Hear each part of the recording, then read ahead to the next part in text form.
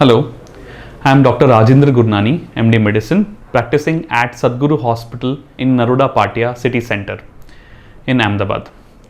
Today we will learn about something cholesterol. Everyone has heard about this word cholesterol, that it needs to be controlled, it needs to be managed, it is attached to many diseases. But what is actually cholesterol?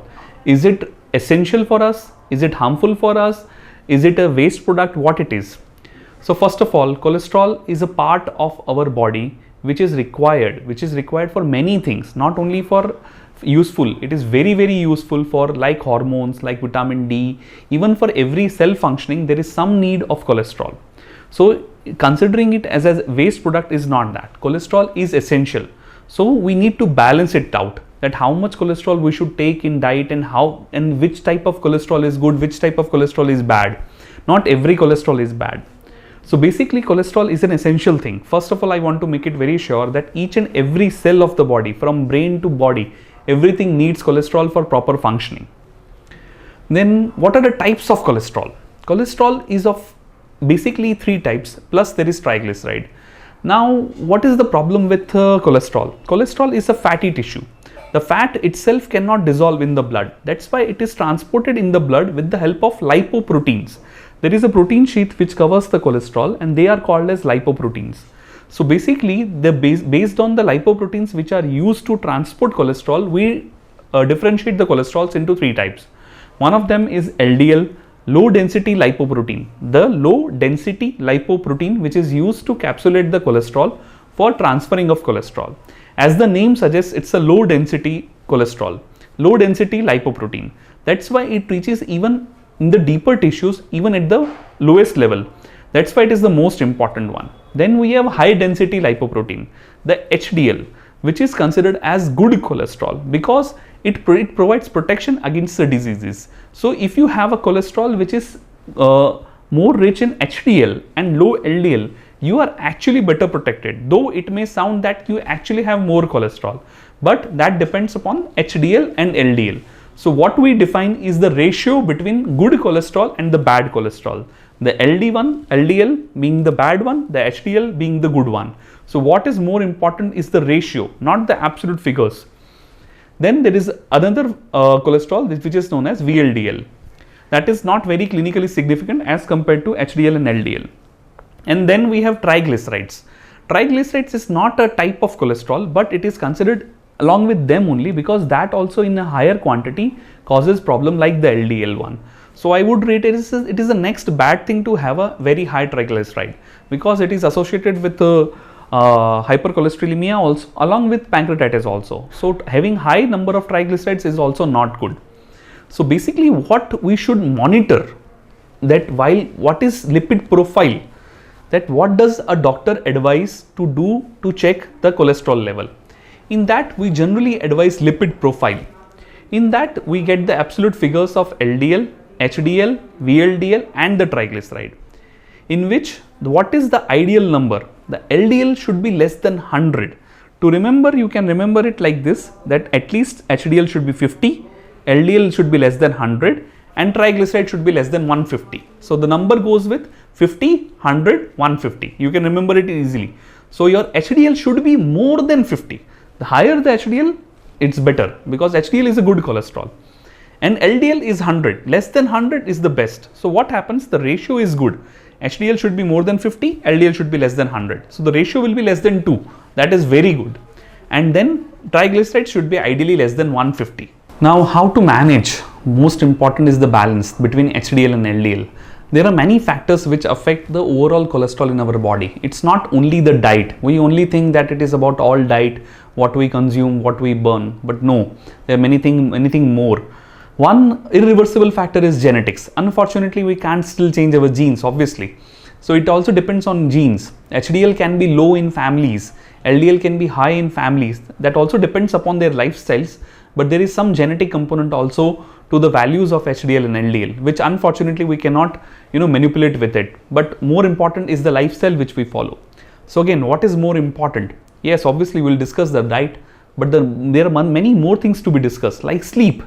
Is sleep related to cholesterol level? Yes, definitely. Any adult, even children, everyone needs a good sleep, because sleep itself recovers the body from your daily stress which you take, the daily toll it goes on the body. So sleep is the most important thing.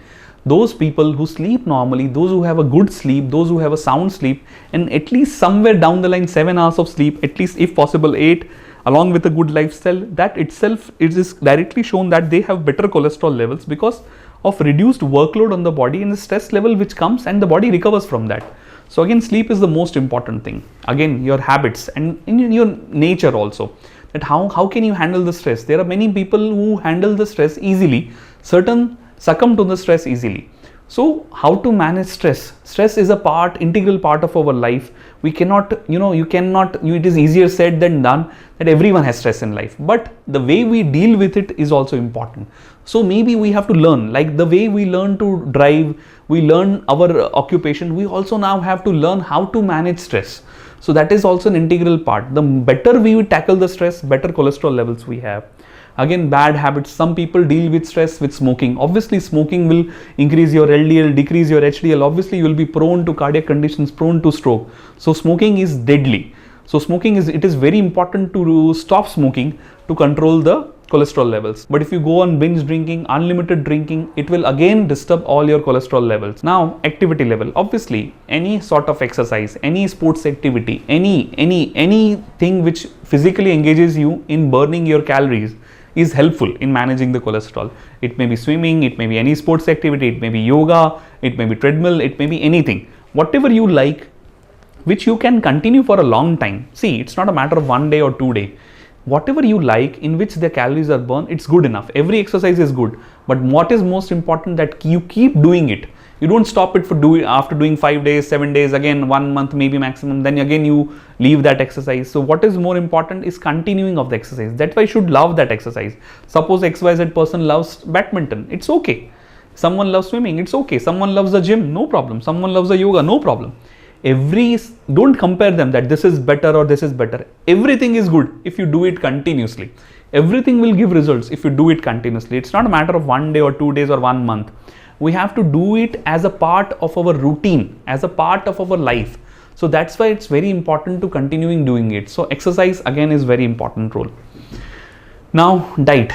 Obviously diet is the most important thing. What you eat, it directly affects the LDL and the HDL levels. There are many foods which are rich in HDL, like fish. If a baked fish you eat, it increases your HDL. But if you eat a fish which is deeply fried, then it may also increase the LDL. The advantage goes away. So how do you cook also? That also depends. Then walnut increases your HDL. Though it is good for eating walnut, if it increases your HDL. So HDL is always good.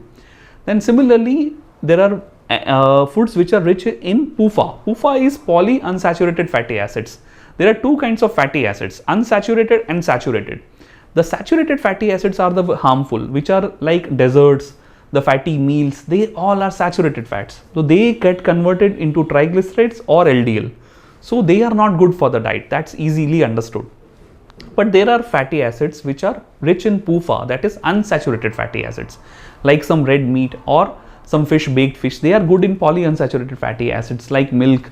They are good. So that's why they can be consumed and still your cholesterol can be maintained. Cheese is somewhat controversial depending upon types of cheese. Some studies have proven beneficial, some studies have shown harmful. So similarly, like butter, deep oil, all this groundnut oil, they all contain saturated coconut oil. That's why we don't advise all these things. They are very rich in saturated fatty acids. So we should ideally avoid them. Drugs, yes, obviously, drugs can control all kinds of cholesterol, but it is not the best thing, but it is the last thing. If you can't do all these things and even in spite of doing all these things, you have a high LDL and a low HDL, basically a ratio is disturbed, the LDL is higher side, the HDL is lower side, then obviously you should be on drugs. And as we know, the statins are the most famous drugs in controlling the sugar. The rosuvastatin, atorvastatin, there are many statins. These two are most commonly used in the management of dyslipidemia. The statins are the best drugs. They directly affect the LDL and they reduce the LDL, and they also help in increasing HDL. They are the most potent, most widely used and most tolerable also, with very few little side effects even if taken for a long years. And they have already proven their effect on everything, even in stroke, even in heart attack, even in heart failures, even in renal artery stenosis. Statins have proven that they are very beneficial in reducing the lipid levels and reducing the atherosclerosis eventually. So they are very helpful. Then other drugs, we have bile acid sequestrants, they also help in lowering HDL.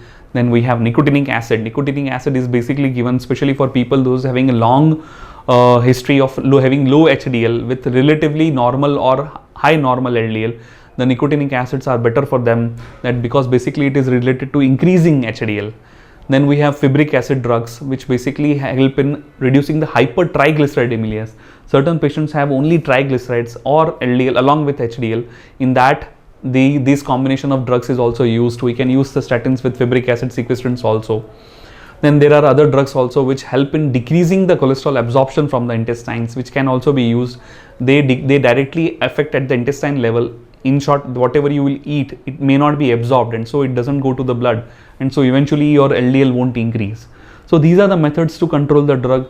But I would still say the best thing, yes, diet is important, but what we can do is more of exercise, reduce our habits, good sleep, very important. Then how to handle the stress.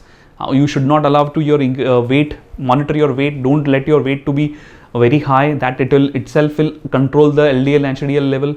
So basically your lifestyle is far more important. Yes, drugs and doctors are always available for your help, but that should not be your first priority. Your first priority should be how to balance whatever you eat and consume them so that you have better LDL and HDL. Because one thing you remember, a stroke can completely destroy your life. A heart attack sometimes can take your life. Otherwise, it can go into a severe LV dysfunction, which can cause severe limitations of your activity in a very younger time also. It is not, nowadays we are seeing that even people with 30, 40, they are suffering from MI, suffering from stroke. It is no more a disease affecting the elderly. The youngs are also getting affected.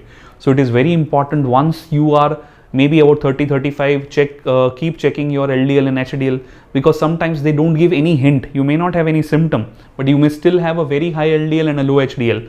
And if you can control at that level also, at that level only, then you may prevent yourself from having a bigger disease like renal failure, cardiac failure, stroke. They all can be prevented just by managing your HDL and LDL.